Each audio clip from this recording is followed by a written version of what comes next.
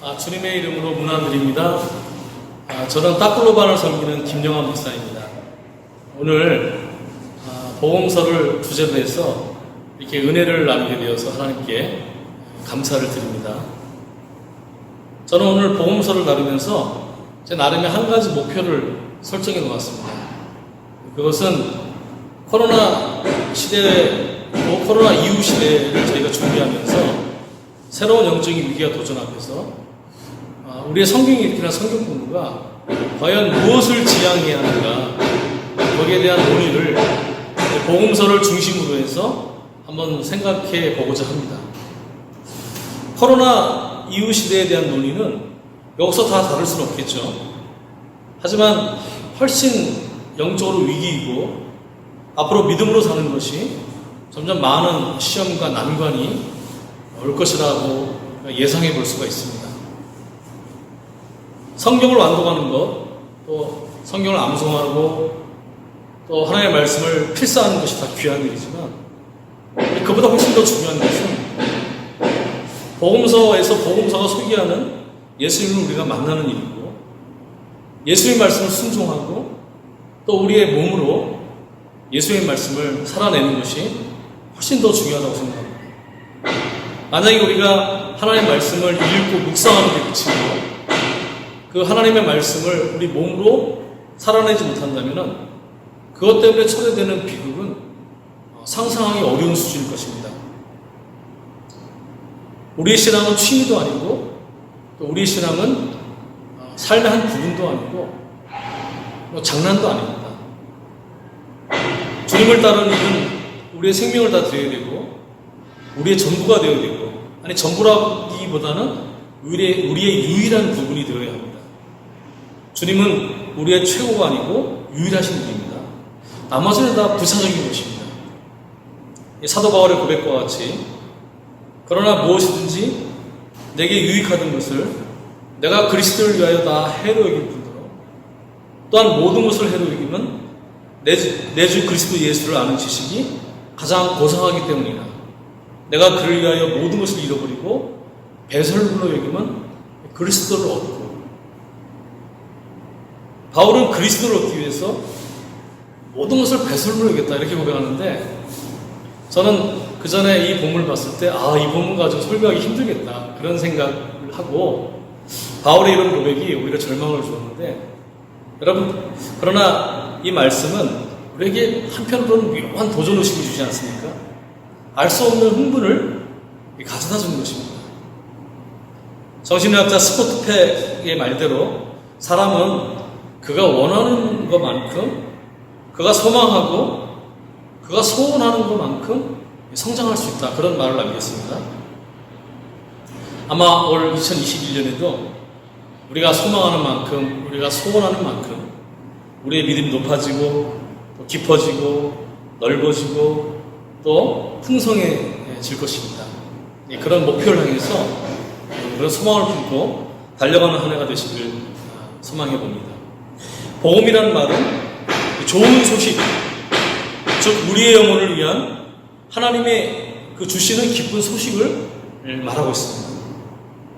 여러분 신약 성경의 처음을 장식하고 있는 복음서는 우리가 알다시피 네 권으로 되어 있죠. 마태복음, 마가복음, 누가복음, 요한복음이 바로 그것입니다. 그 중에 마태, 또 마가, 누가복음을 공관복음서라고 칭합니다. 이 공관복음서라고 하는 말은 같은 관점으로 또 동일한 시각으로 예수님에 대해서 기술을 했습니다. 그런데 이 공관복음서하고 요한복음은 또 시각차가 있어요. 세 권의 공관복음서는 예수님의 생애 동안 일어났던 일들과 또 말씀을 알리고 전하는 데 1차적인 목표와 중점을 두었다면, 요한복음은 예수의 말씀을 훨씬 더 영적으로 해석해서 그 말씀 자체, 그 말씀을 알리는데 우선적인 관심을 가지고 있었습니다. 그리고 시간적으로 요한복음이 훨씬 후대에 쓰여졌기 때문에 아마 요한은 더 많은 자료와 더 많은 경험을 바탕으로 해서 요한복음을 썼을 것입니다. 아마 많은 분들이 알고 계시겠지만 이 공관복음서 가운데서 마가복음이 가장 먼저 쓰여진 그런 복음서라고 알려져 있습니다. 마태하고 마가는 이 마가복음을 원자료로 사용했을 가능성이 많습니다. 마가복음을 텍스트로 해서 훨씬 더 풍성한 내용을 수록해서 마가복음과 누가복음을 기술했을 것입니다. 요한복음 20장 31절에는 요한복음이 쓰여진 이유를 이렇게 말씀하고 있습니다. 오직 이것을 기록함은 너희로 예수께서 하나님의 아들 그리스도이심을 믿게 하려 하며 또 너희로 믿고 그 이름을 힘입어 생명을 얻게 하려 함이니라 이렇게 말씀하고 있습니다. 이거는 요한복음뿐만이 아니고 공의 사복음서의 공통된 목적이라고 생각을 합니다. 결국 이 복음서를 포함한 모든 성경은 우리로 하여금 예수님을 믿게 할 뿐 아니라 그 예수님과 동행하는 삶을 살게 하는 것이 성경 전체의 목적이기도 합니다. 우리가 잘 아는 요한복음 5장 39절에 너희가 성경에서 영생을 얻는 줄 생각하고 성경을 연구하오니와 이 성경이 곧 내게 대하여 증언하는 것이다 이렇게 말씀하고 있습니다. 성경을 읽고 성경을 묵상하면서 거기서 우리가 영생을 얻고 또 성경을 연구하면서 그 성경이 주장하는 성경이 선포하는 예수님에 대해서 만나고 그 예수님이 우리 가운데 계시고 예수님과 동행하는 삶 이것이 성경이 우리에게 주어진 목적이고 반대로 성경을 읽고 묵상하는데 만약에 예수님을 발견하지 못했다 그러면 그 성경이 자체에 아무런 우리에게 유익이 없습니다. 우리의 성경 읽기나 성경 공부가 우리를 믿음을 가진 예배자로 만들지 않는다면 성경 공부를 그렇게 많이 했는데 우리가 그 성경의 모든 지식이 우리로 하여금 예수님을 경배하고 또 예수님께 예배하는 예배자로 만들지 않는다면 아무런 그 의미가 없는 것입니다. 그 많은 성경에 대한 지식 또 성경을 읽고 묵상하는 것이 결국은 우리로 하여금 하나님의 길을 따르게 하고 예수님 앞에 무릎을 꿇게 하는 것이 유일한 목적이라고 말할 수 있습니다. 우리의 성경 읽기가 우리를 예배자여, 전도자여, 봉사자여, 우리를 기도자로 이끌어야 합니다. 간략하게 복음서가 쓰여진 배경을 살펴보면 우리가 신약에서 처음 기록된 말씀은 복음서가 아니고 바울의 저작들이라고 알려져 있습니다. 이거는 보수교단이니 진보교단이니 모든 교단을 통틀어서 일치된 그런 생각들입니다. 정확한 연도는 정확히는 우리가 알 수는 없지만 대략 AD 50년경을 전후로 해서 바울 서신이 나왔는데 이 바울 서신은 목회적인 목회적인 필요에 따라서 나오게 되었고요. 그리고 나서 대략 64년경에 네로 황제에 의해서 기독교의 대규모 박해가 있게 됩니다. 그 네로의 기독교 박해 그 전후로 그 당시 그리스도인들은 사실은 그 어려운 상황과 맞물려서 예수님이 곧 재림하실 것이다 라는 생각을 했습니다. 그 이유는 사실은 예수님께서 승천하시면서 예수님께서 곧 재림하실 것 같은 뉘앙스로 말씀하신 게 사실이거든요. 그들은 박해를 견디면서 곧 오실 것 같은 예수님을 생각하면서 이 박해를 이겨내고 있었습니다. 그런데 이 재림이 계속 지연되고 있으니까 복음서의 그 필요성이 나오게 되었습니다. 그 당시 예수님을 알고 있었던 제자들이 하나씩 둘씩 이제 순교도 하고 병들어 죽기도 하고 그래서 세상을 떠나게 되니까 예수님의 행적과 말씀들을 기록으로 남겨야 될 필요를 느끼게 되었고요. 또 하나 좀 약간 흥미로운 사실은 그 당시 헬라 문화의 그 출판 기술이 굉장히 발달을 했습니다. 그러니까 출판 문화가 발달된 헬라 문화의 그 도움과 영향도 무시할 수 없는 것이고 그것은 보이지 않는 하나님의 손길이었다고 생각을 합니다. 그래서 마가복음을 필두로 해서 마태복음이 나오고 누가복음이 나오고 요한복음이 나오게 되는 것입니다. 가장 극심한 그 박해는 90년대 들어와서 그 로마의 황제 도미티아누스의 박해가 이제 절정에 다다랐는데요. 근데 그 시기에 또 맞물려서 요한복음이 출현을 합니다. 이 요한복음은 다른 복음서와 좀 달리 이 그리스도 예수님의 그 영광이 굉장히 잘 드러나 있습니다. 다른 복음서에 그게 없다는 말이 아니고 왜 요한복음에 그런 예수님의 영광이 잘 드러났습니까? 그것은 그 당시에 가장 심하게 다가왔던 박해하고 관련이 있었을 것입니다. 로마가 박해하고 수많은 사람을 죽이고 수많은 예수 믿는 사람들을 정말 어려움으로 몰고 갔지만, 그래서 그 당시에는 로마 황제가 세상의 권력자인 것처럼 많은 사람이 생각했을지 모르지만 그 권력자 위에 온 세계를 지배하시고 통솔하시고 이끌어가시는 그 예수님의 권세에 대해서 사도 요한은 강조하고 그것을 또 선포하고, 그것을 지금 박해 때문에 어려움을 겪는 그리스도인들이 그것을 알고 그 박해를 이겨내기를 원했던 것 같습니다. 예, 이런 사실들은 성경의 말씀이 그 당시 상황과 맞물려서 그 상황 속에 주어진 말씀이지 우리의 상황과 동떨어진 말씀이 아닙니다. 그건 오늘도 마찬가지입니다. 현대 또 오늘 사는 우리들에게 우리 현실 속에서 우리 어려움 가운데 주시는 하나님의 말씀입니다. 우리가 그 하나님의 말씀을 붙잡을 때 이 현실을 이겨낼 수 있는 믿음이 생기고 또 그 말씀에 순종할 때 이 현실을 충분히 극복할 수 있는 그 비결이 그 하나님의 말씀 안에 있는 줄 믿습니다. 또한 요한복음 17장에 나타난 예수님의 유명한 기도가 나옵니다. 아마 그 요한복음 17장 말씀은 성경 전체를 통해서도 가장 장엄하고 가장 존귀하고 가장 존엄한 그런 말씀 가운데 하나인데, 이제 흥미롭게도 그 말씀의 중간에 보면은 예수님의 그 제자들을 위한 기도가 나옵니다. 주님, 저들을 보존해 주시고 저들이 세상에 물들지 않게 해 주시고 저들을 보호해 달라는 예수님의 기도가 나오는데, 저는 그 기도를 읽을 때마다 그 예수님의 제자를 위해 하신 그 기도가 바로 우리도 그 안에 포함되어 있지 않을까요?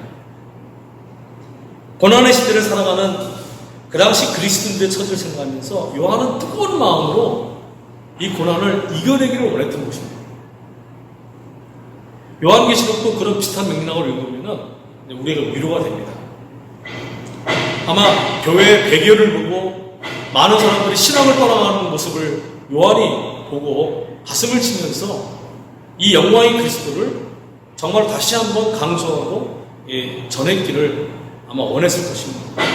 고난 가운데 그 가운데서도 복음의 찬란한 영광과 그 복음의 주인 되신 예수 그리스도의 영광을 발견하게 되면 사실 우리의 문제가 얼마나 사소한 것인가를 깨닫게 됩니다.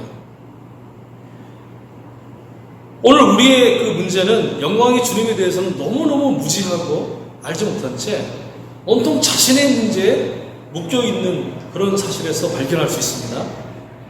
하나님에 대한 무지가, 하나님에 대한 우리의 그 알지 못함이 모든 불행의 근원인 것입니다. 우리가 복음서에 나타난 말씀들을 사실은 많이 듣잖아요. 설교에서도 듣고 또 성경 공부를 통해서도 복음서의 말씀을 듣고 또 제자훈련에서 너무 복음에 대한 말씀, 복음서에 관한 말씀을 많이 들어서 익숙해졌어요, 사실은. 그런데 문제는 익숙해진 나머지 그 말씀을 내가 온전히 믿고 순종하고 그 말씀을 따르는 데까지는 가지 않고 그 말씀을 그냥 들은 것 뿐이에요. 너무 익숙한 말씀이니까 자기가 안다고 생각을 해요. 큰 착각입니다. 우리가 정말 주님의 말씀을 만났고 우리가 주님을 만났다면 우리는 틀림없이 변화되었을 것입니다. 여러분, 항상 자신의 믿음을 점검해보고 체크해봐야 됩니다. 정리하자면 이 사복음서는 4명의 저자가 4권의 서로 다른 복음서를 썼지만 본질적으로는 같은 목적, 바로 예수님으로 그리스도이심을 믿게 하는 것입니다. 우리가 믿음을 잘 준비해야 됩니다. 사실은 우리가 시험을 준비하듯이 시험 일을 준비하고 있는 학생들은 시험 공부를 열심히 해야 되듯이 우리도 결국은 주님을 1대1로 만날 터인데, 다른 것은 몰라도 우리가 예수님이 그리스도로 그 믿는 믿음, 또 믿음으로 우리가 사는 삶, 이것을 준비하고 우리가 하나님 앞에 가야 될 것입니다. 여기서 이제 문제 제기를 하나 하고 싶은 게, 어떤 사람은 이 복음서가 또 왜 4권으로 되어 있느냐, 그런 질문을 하는 것을 봤는데, 초대교회에도 그런 문제가 있었다고 해요. 복음서가 왜 4권으로 나눠져 있느냐, 한 권으로 통일을 하면은 편하지 않냐. 그래서 역사적으로 순차적으로 예수님의 그 복음서를 4권을 나눠 이렇게 합쳐가지고 한 권으로 만들자는 시도가 있었습니다. 근데 결정적으로 그 시도가 왜 실패됐냐면은, 저는 그게 하나님의 주권이라고 생각을 합니다. 복음서에 기술된 독일한 사건들이 복음서마다 좀 다르게 기록이 되었다는 점도 사실 흥미롭죠. 여러분 생각해 보세요. 예수님께서 세상에 오셔서 사람의 몸을 가지고 30년 이상을 사셨는데, 그건 인류의 역사에서 다시는 반복될 수 없는, 사실은 참 놀라운 일이고 아주 귀한 사건들이었습니다. 그런데 예수님이 인간의 삶을 살아가신 그 역사적인 그 시간이, 그 순간순간이 얼마나 귀중한 시간들이었겠습니까? 어떤 분은 예수님의 청소년 시절이 궁금하다고 그런 말씀을 하시는데, 누가복음 2장에 보면 예수님의 그 10대 청소년 시절에 대한 유일한 기록을 볼 수가 있습니다. 예수님의 어린 시절, 그리고 청소년기를 엿볼 수 있는 아주 귀중한 자료입니다. 그런데 그 부분은 누가복음에만 나와 있습니다. 소위 오병이어의 기적에 관한 말씀은 마태, 마가, 누가, 요한복음, 사복음서에 공이 다 기록이 되어 있습니다. 그런가 하면 어떤 말씀은 마태복음에만 있는 그런 기록이 있어요.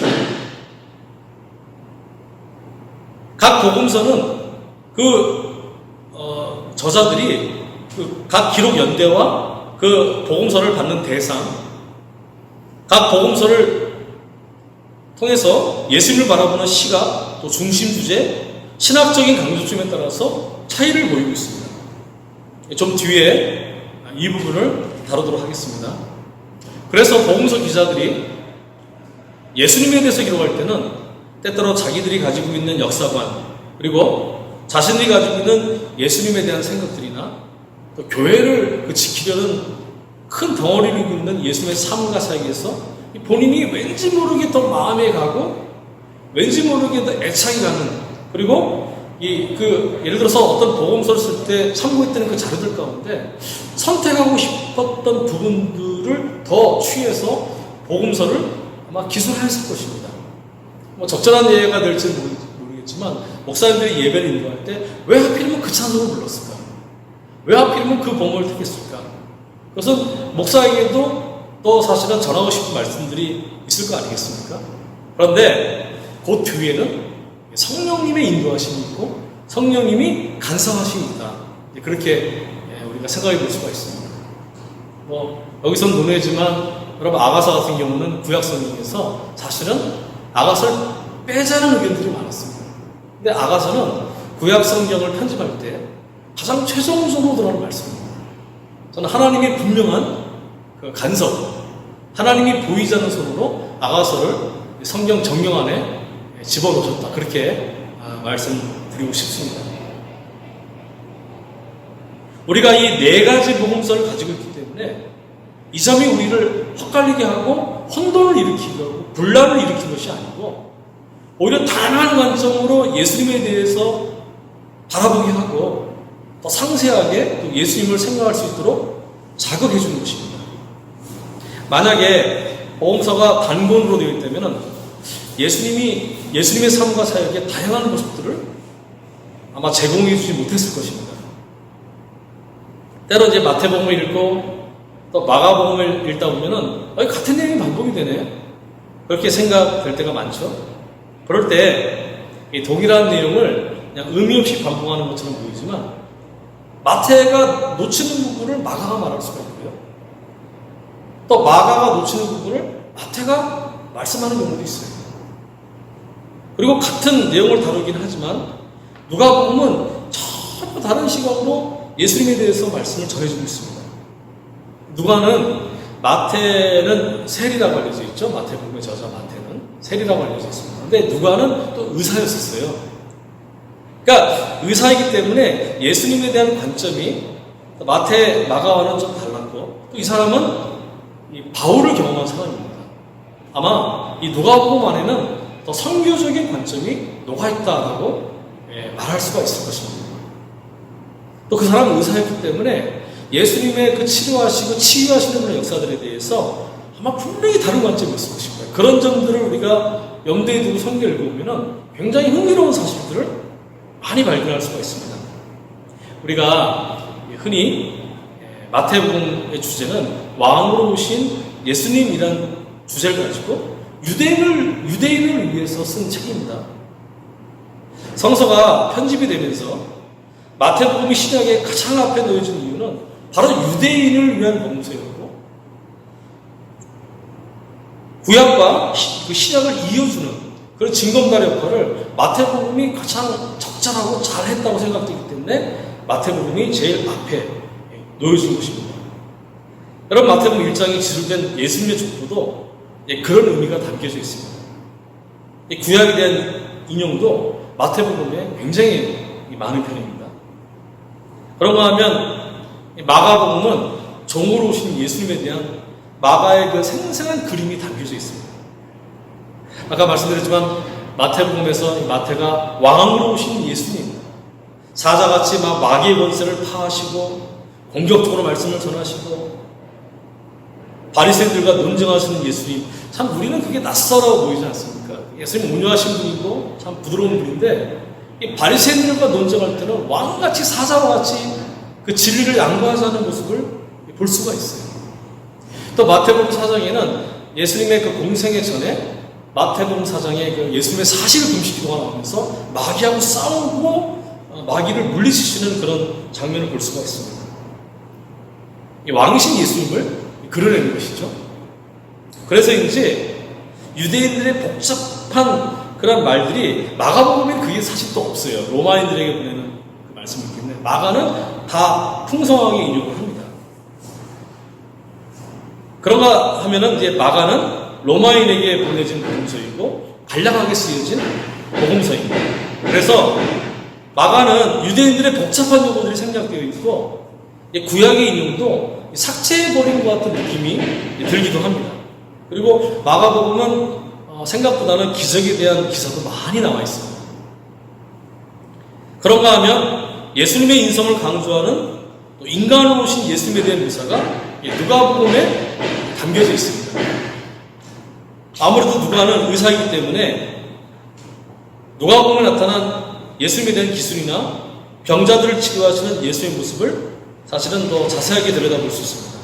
헬라인을 위한 복음서인데 아주 아름다운 문체로 예수님을 헬라인들에게 소개하고 있습니다. 요한복음은 거기에 비해 전 인류를 망라해서 예수님을 그리스도로 하나님의 아들로 소개하는 복음서라고 말씀드릴 수 있습니다. 이 공간복음서인 마태나 마가나 누가복음이 있는데 굳이 요한복음이 왜 필요했을까요? 어떤 목사님은 여기에 대해서 이런 답변을 하시는 것을 들어본 적이 있습니다. 공간복음이 예수님의 행적이나 기적 위주로 쓰여질 때는 가장 늦게 90년경에 요한복음을 기록한 요한은 예수님의 말씀과 기적의 의미를 해석해서 선포했다는 것이죠. 아까 서두에서 똑같은 말씀을 드렸는데 이때 요한복음을 기록하고 요한계시록을 기록했을 때 요한은 아마 90세가 넘어서 이제 100세를 향해서 하는 나이였을 것입니다. 예수님은 태초부터 계셨던 분이고 그분은 하나님이시다라는 선포를 그 나이 많은 요한이 자기의 풍성한 경험과 예수님에 대한 체험과 또 그 나이를 먹으면서 점점 깨달아지는 하나님에 대한 예수에 대한 말씀을 배경으로 해서 아마 요한복음을 기록을 했을 것입니다. 초대교회를 경험하고 로마의 박해도 경험하고 어쩌면 많은 교회들의 배교도 보았지만 예수님은 이 세상 저너머에서 만물을 통치하신 분이시다는 관점으로 요한복음을 기술했을 것입니다. 아까도 얘기했지만 신약 성경에서 바울의 서신이 먼저 나왔고 그 다음에 복음서가 나왔는데, 복음서는 바울의 저작보다는 나중에 나왔죠. 그것도 생각해보면은 예수님의 죽으심과 부활하심 이후에 바울의 전도 여행과 저작들이 나오게 되었고, 시간이 흐른 후에 자연스럽게 예수님에 대한 저작들이 필요한 시점이 왔을 것입니다. 결국은 사도 바울에게 있어서도 복음의 핵심은 예수님의 십자가와 부활이었습니다. 자연스럽게 예수님의 복음전도 사역이나 기적을 행하시는 것, 그분의 말씀들은 십자가와 부활에 초점을 맞추지 않으면 의미가 없는 것이었습니다. 그리고 오늘 우리에게, 그 당시에 그리스도인들에게도 필요했지만 오늘 우리에게 필요한 것 중에 하나는 이 예수님의 십자가 안에 우리가 깊이 들어가는 것입니다. 누구든지 나를 따라오려거든 자기를 부인하고 자기 십자가를 지고 나를 쫓을 것입니다. 주님의 제자라면 한 사람도 예외 없이 날마다 자기를 부인하고 내게 주신 그 십자가를 지고 그 예수님의 십자가 안에 깊이 들어가는 그런 삶이 바로 제자가 되는 삶이라고 말씀드릴 수가 있습니다. 우리는 이 복음서의 말씀들을 단순히 은혜 받으려고 읽는 것이 아니라 삶으로 살아내고 우리의 일상에서 순간순간 예수님을 붙잡고 그분의 말씀에 전적으로 순종하고 예수님을 바라보는 것에 우리의 생을 드려야 하는 것입니다. 우리가 예배를 드려 나올 때에도 오늘 은혜 받고 싶어, 오늘 은혜 좀 줘봐, 이런 마음이 아니고 그냥 예수님께 예배를 드리러 나오는 그런 마음, 예수님의 그 십자가 안에 더 깊이 들어가는 그 마음, 사도 바울의 고백과 같이 그리스도의 남은 고난을 내 육체에 채운다, 그런 마음으로 우리가 주님의 십자가 안에 더 깊이 들어갈 때 복음서에서 그 나타났던 예수님의 영광이 우리 가운데 나타나게 되는 것입니다. 저는 우리의 성경 읽기나 묵상이 그냥 취미 수준에 불과한 나머지 거기서 끝나버린 것에 대해서 이제 걱정스럽습니다. 오늘날 우리 성경 읽기가 또 묵상이 그런 어떤 의무, 어떤 꼭 해야 되는 성경 알면 돼, 이런 의무 수준에서 끝나는 것이 아니라 우리가 읽을 말씀을 삶으로 복음으로 살아내는 관점으로 우리가 모든 것이 행해져야 된다고 생각합니다. 그 이유는 코로나로 인한 제 개인의 경험에서 그런 생각들을 하게 되었습니다. 부끄러운 고백이지만 저는 코로나 확진자가 되어서 작은 호텔에 혼자 격리되었던 경험이 있었습니다. 혼자 그 작은 호텔에 들어가게 됐을 때 그 밀려오는 그 외로움과 또 두려움을 경험했습니다. 오직 저 혼자 이 코로나를 지닌 채 지내야 했는데 첫날 둘째 날은 열이 안 떨어지는 거예요. 아무리 약을 먹어도 열이 떨어지지 않고 계속 아픈 가운데 하나님 한 분을 대면해야 되는 상황이 목사인 저에게도 굉장히 낯설었습니다. 근데 그것이 곧 모든 인간의 실존이라는 것을 배우게 되었습니다. 중간에 좀 상태가 나빠지면서 호흡곤란이 한번 왔었는데 하나님 앞에 처절하게 기도하게 되었고 하나님께서 그 밤에 저에게 호흡을 돌려주시고 살아갈 수 있는 힘을 주셨습니다. 그때 느낀 것이 호흡하는 것도 결국은 주님이 주셔야 되는구나. 그래서 사도행전에 보면은 모든 영혼에게 호흡을 주시는 주님에 대해서 말씀하고 있습니다. 여러분, 호흡도 살아갈 수 있는 힘도 결국 주님이 주셔야 합니다. 우리가 교회에서 공동체로 예배를 드리지 않습니까? 그러나 결국은 내 영혼이 홀로 주님을 대면할 때가 옵니다. 그날에 나는 어떤 모습일까? 나는 어떤 모양으로 예수님 앞에 서게 될까? 근데 그 생각을 하다가 제가 그 작은 호텔에서 정말 놀라게 되었습니다. 우리는 하나님 앞에 단독자로 서게 되는 것입니다. 오직 준비되고 껴있어서 그 하나님을 만날 준비를 한 사람, 그 사람이 하나님 앞에 상을 받을 것입니다. 그 호텔에서 여러 성경을 읽고 또 여러 말씀을 들으면서 특별히 저에게 다가왔던 말씀 중에 하나가 로마서에 나온 그 사도 바울의 말씀이었습니다. 의인은 오직 믿음으로 말미암아 살리라.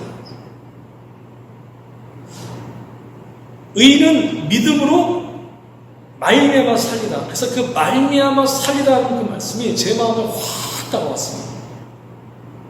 의인은 믿음으로 살아야 되고 믿음으로 말씀을 살아낼 수 있어야 합니다.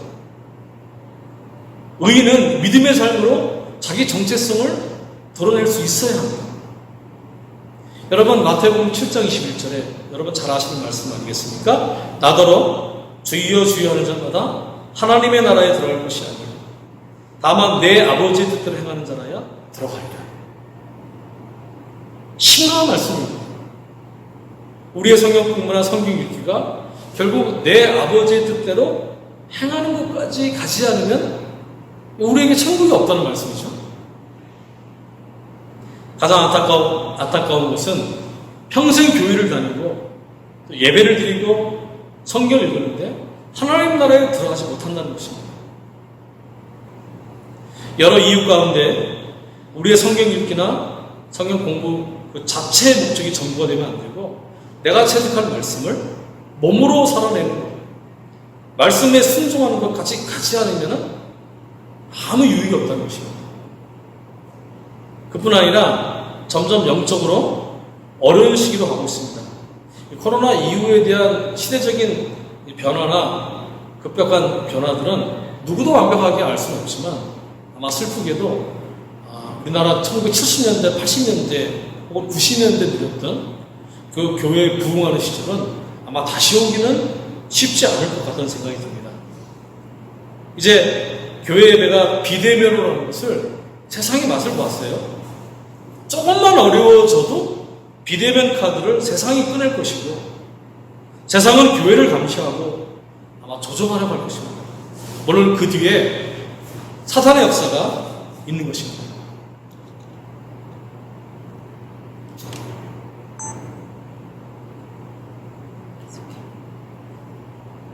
이 세상을 조종하고 싶은 사단의 입장에서는 코로나 사건이 환호하고 싶은 마음인지도 모르겠습니다. 이제 과거에는 교회가 우리 자녀들을 영적으로 이끌고 관리할 수 있었지만 이제는 가정에서 그 가정마다 그 영적인 가장들이 그 역할을 해주셔야 합니다. 마치 영적인 파리로 독립을 할 수 있어야 합니다. 이 말이 교회에서 독립해야 된다, 또 교회에 의존하지 말자, 그런 말은 절대로 아닙니다. 오해하시면 안 됩니다. 제가 말씀드리고 싶은 것은 교회가 그 역할을 하기가 점점 어려워지는 상황이 올 수도 있다는 말씀입니다. 우리의 영혼을 빼앗기지 않기 위해서 우리는 두 가지가 필요하다고 생각합니다. 하나는 깨어있어야 되고 하나는 준비해야 된다는 것입니다. 믿음을 준비하고 우리 하나님 만날 준비를 해야 되고 우리 자녀들을 위해서 기도를 준비해야 되고 또 하나님 말씀에 순종할 수 있는 그런 마음을 준비해야 어려움이 오고 환란이 올 때 이것을 이겨낼 수가 있는 것입니다. 여러분 성경을 다시 꺼내서 우리가 읽어야 될 때가 왔습니다. 파산한 자가 성경을 다시 읽는다는 서양 말이 있어요. 지금 코로나 이후에 변화될 세계를 생각하면서 내게 주시는 말씀, 우리 가정에 주시는 말씀을 다시 찾아야 되고 그 말씀을 생명과 같이 붙잡아야 됩니다. 이제 눈으로 읽는 성경에서 몸의 실천으로 하는 말씀 읽기에 도달해야 되고 날마다 주님 앞에서 정결해야 되고 주님을 붙잡지 않으면 세상의 근류에 다 휩쓸려 내려갈 것입니다. 여러분 마태복음 24장에 끝까지 견뎌야 구원을 받는다는 말씀도 있어요. 이것이 재난의 시작이다.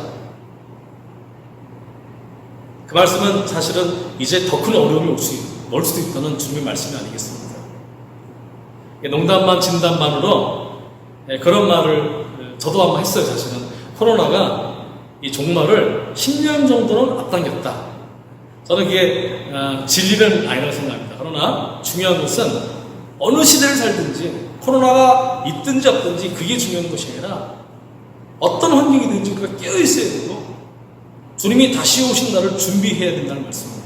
그리고 때를 얻든지 못 얻든지 우리는 전도해야 될 것입니다.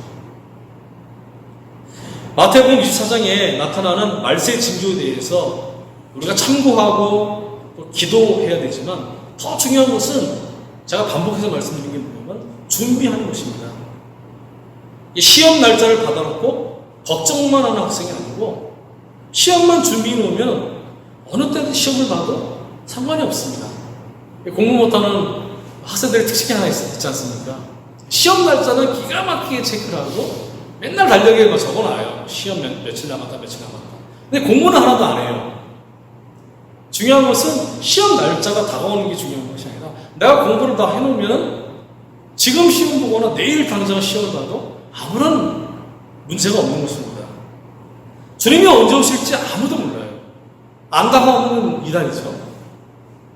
그러나 중요한 것은 주님이 내일도 오실 수 있다는 믿음을 가지고 오늘 내가 주님 앞에서 믿음을 준비하고 또 주님 앞에 회개할 것을 회개하고 또 우리가 준비된 자로 살아간다면 우리가 언제 하나님께서 나를 부르셔도 우리 두려움이 없는 것입니다. 그 날이 언제냐가 중요한 것이 아니라 준비하라는 것이 훨씬 더 중요한 메시지가 아니겠습니까? 우리는 무서워하거나 현실을 회피하지 말고 이럴 때 더욱 우리를 지키시는 주님을 기대하고 다시 복음서에 나타나신 그 주님이 오늘 우리에게 임재하실 것을 기대하면서 여러분 다시 한번 복음서를 읽고 복음서의 주인공이신 예수님을 만나기를 축복합니다. 저는 오늘의 강의를 존 팀머라고 하는 분이 쓴 마가복음의 한 대목을 인용하는 것으로 마치도록 하겠습니다. 주 64년경이었습니다. 로마에 엄청난 화재가 발생하여 전 도시를 휩쓸었습니다. 화재가 진화되어 갈 무렵 로마시의 상당한 지역이 완전히 잿더미로 변해버렸습니다. 얼마 되지 않아 로마 전역에 악성 소문이 떠돌기 시작했습니다. 네로 황제가 그 불을 지르도록 명령한 장본인이라는 것입니다. 물론 정부 당국은 이를 일축해버렸지만 소문은 잠잠해지지 않고 오히려 불길처럼 솟아오르기 시작했습니다. 희생양을 찾으려고 했던 정부는 마침내 그리스도인들을 제물로 삼았습니다. 많은 그리스도인들이 로마의 방화 혐의로 체포되어 구금되거나 처형되었습니다. 살아남은 그리스도인들은 카타콤의 깊은 동굴로 숨어들었고 더러는 목숨을 보존하기 위해 외국으로 흩어지기도 했습니다. 그런데 이런 일련의 사건이 일어난 직후에 작은 책자 하나가 사람들 사이에 건너 회사되어지기 시작했습니다. 이 속책자는 이렇게 시작하고 있었습니다. 하나님의 아들 예수 그리스도 복음의 시작이다. 그 책이 바로 마가복음이었던 것입니다. 여러분, 쫓기면서도 핍박을 받으면서도 흩어지면서도 그들이 결코 잠잠할 수 없었던 소식. 인생에서 결정적인 손해를 보면서도 재산을 다 잃고 카타콤의 깊은 동굴 속에 숨어들면서도 이 도시의 그 전체에 알고 싶었던 기쁜 소식은 하나님의 아들 예수 그리스도가 복음의 시작이라는 그 사실이었습니다. 그들은 복음만이 1세기의 소망이라고 믿었습니다. 이 사실은 오늘 우리에게도 마찬가지입니다. 오직 구원자이신 예수님은 지금도 우리를 구원하시고 승리케 하시고 하나님의 자녀로 살아갈 수 있게 하십니다. 예수님을 통해서 하나님의 구원의 부요함 안에 그 영광과 존귀와 말로 다 할 수 없는 풍성한 사랑과 그 은혜 안에 우리를 인도하시는 것입니다.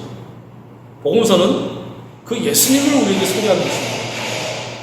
우리는 복음서에서 선포되신 예수님이 오늘 우리 안에 성령님으로 와 계심을 믿습니다.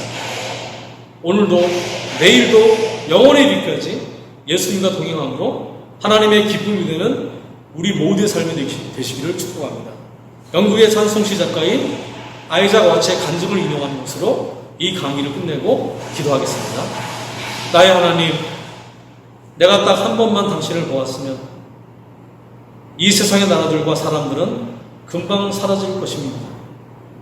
나는 그것들의 사라지는 것을 보지 못한다 할지라도 반짝이는 촛불이 정오에 무색해지듯이 하나님을 딱 한 번만 보면 나라들과 사람들이 금방 없어질 것이니이다. 다 같이 기도하겠습니다.